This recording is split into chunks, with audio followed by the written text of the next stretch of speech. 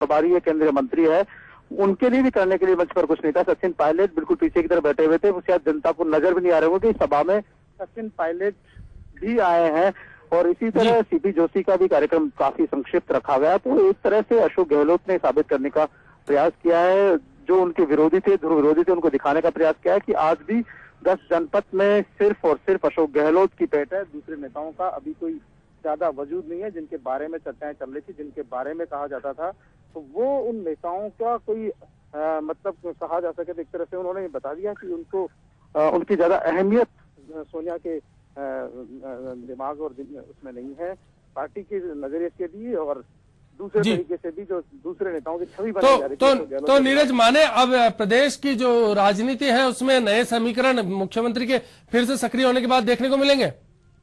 जी बिल्कुल, देखिए जिस तरह से उन्होंने बताया है, उन्होंने दोनों जगह जयपुर और खासतौर से जयपुर में और बाड़मेर दोनों जगह ये साबित कर दिया कि अशोक गहलोत का विकल्प भी राजस्थान में नहीं है। बिल्कुल, मैनेजमेंट जो उनका है उसका कोई मुकाबला नहीं। शुक्रिया नीरज आपका इस चर्चा के लिए। तो अजीत, एक और चीज है, गहलोत का मैनेजमेंट भी सामने नजर आया। हमारे साथ चर्चा के लिए जुड़ चुके हैं चैनल हेड प्रताप राव जी। प्रताप जी, जिस तरह से जयपुर और अब बाड़मेर की बात कर ली जाए, सोनिया गांधी चली गई हैं, गहलोत का मैनेजमेंट नजर आया हर जगह, जहां विरोधी है उनको गहलोत ने दबा दिया, क्या कहा जा सकता है? पहली बात तो सोनिया गांधी को बहुत बहुत धन्यवाद, वो राजस्थान आई। विशेषकर जयपुर की जनता तो बहुत खुश है सोनिया गांधी के आने से जी, क्योंकि उनके आने से कम सरकार ने और मुख्यमंत्री ने ये तो माना कि यहाँ बाढ़ आई है, पीड़ित हैं और पीड़ित लोगों तक सहायता पहुंची।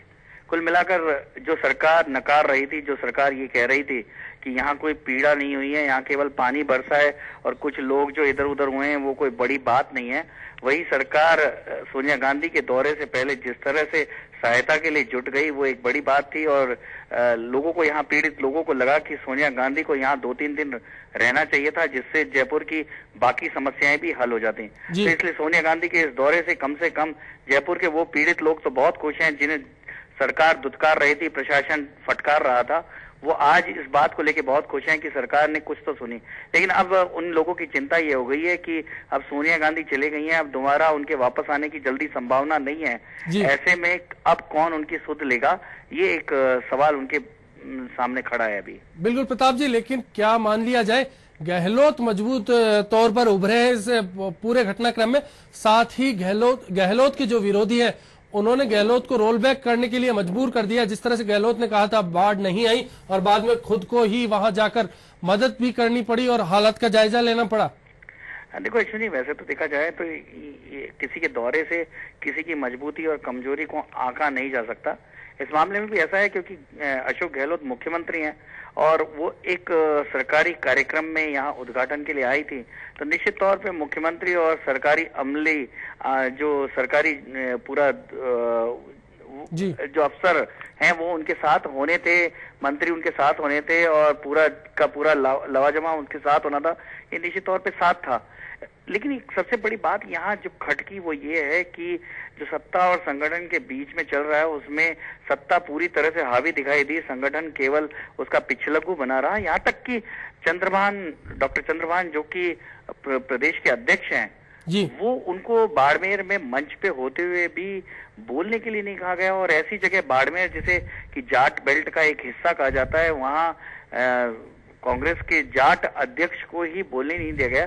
मेरे हिसाब से ये पॉलिटिकली ठीक मैसेज नहीं था, क्योंकि लोग चाहते थे कि चंद्रभान भी बोले, लेकिन अश्विनी लगता है कि चंद्रभान के बारे में ये अब जग जाहिर है कि चंद्रभान बड़ा खुलकर बोलते हैं और जब वो बोलते हैं तो लपेटने में अपनी सरकार को भी नहीं छोड़ते हैं। तो कहीं ना कहीं अंदेशा था कि बोलते बोलते वो इतना ना बोल जाएं कि कहीं सरकार ही लपेटे में आ जाए और सोनिया गांधी के सामने सब कुछ बाहर आ जाए।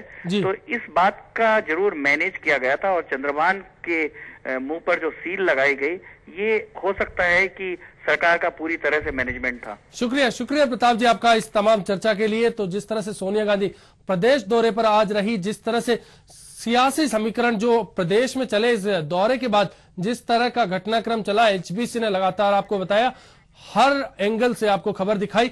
जयपुर में सोनिया गांधी के दौरे के बाद महिलाओं का क्या कहना था, आइए वो भी सुन लेते हैं। मुझे 2 घंटे खड़ी रखे तो हम इंतजार में रह गए। रेडी वाला फोड़ा हमारे, अभी 16 तारीख को फोड़ा, जब कोई नहीं आया।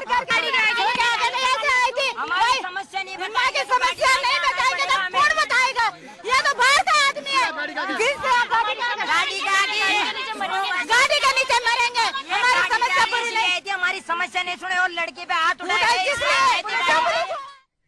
जयपुर के बाद आइए देख लेते हैं कि बाड़मेर की जनता का क्या कहना था सोनिया के दौरे के बाद। शहर में अभी सप्लाई है, गाँव के अंदर बहुत पानी की कठिनाई है, वहाँ पानी मिलना चाहिए। जहाँ हमारे बहुत दूर दूर से गांव है वहाँ पानी बिल्कुल नहीं है, वहाँ कई बेरियों से पानी लाते हैं, कई झीलदार सूखे पड़े हैं वहाँ भी पानी नहीं है, कई हैंडपम्प पड़े हैं, कई हैंडपम्प खारे निकल गए, पानी वहाँ नहीं है। हमें बहुत पानी की अभी जरूरत है। मकान चढ़ाई पे है, पहाड़ पे आया हुआ मकान है, नहीं नजदीक पानी नहीं है, इसलिए हम दूर से पानी लेते आते थे, कहीं हैंडपम्प से कहीं तालाब से पानी लेके आते थे। अब उम्मीद है ये पाइपलाइन तो खोद दी है, पानी जोड़ा नहीं है उसमें। हमारे को उम्मीद ये है हमको पानी जोड़ के हमको पानी दिया जाए।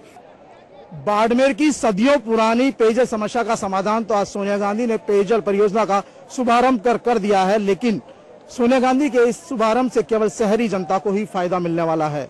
ऐसे में बाड़मेर के सैकड़ों गांव अभी भी ऐसे हैं जिन्हें मीठे पानी का इंतजार है। कैमरामैन डीसी मीना के साथ नीरज मेहरा, HBC न्यूज, बाड़मेर।